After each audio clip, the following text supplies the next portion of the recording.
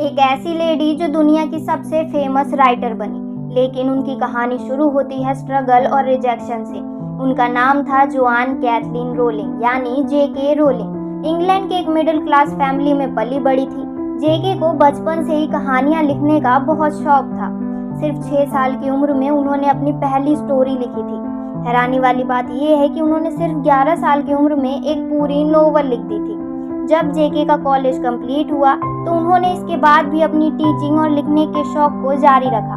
लेकिन कहते हैं ना, सफलता मिलने से पहले रास्ते में बहुत सी मुश्किलों का सामना करना पड़ता है। ऐसा ही होता है जेके के साथ। 1992 में उनकी शादी हुई और 1 साल बाद यानी 1993 में उनकी बेटी होती है। लेकिन उसी साल उनका डिवोर्स हो जाता है। अब जेके रोलिंग अपनी बेटी के साथ सिंगल मदर की जिंदगी जी रही थी और गरीबी इतनी थी कि कभी कभी खुद ना खाकर वो अपनी बेटी को खिलाती थी। ये सब झेलने के बाद वो डिप्रेशन का शिकार भी हो गई थी।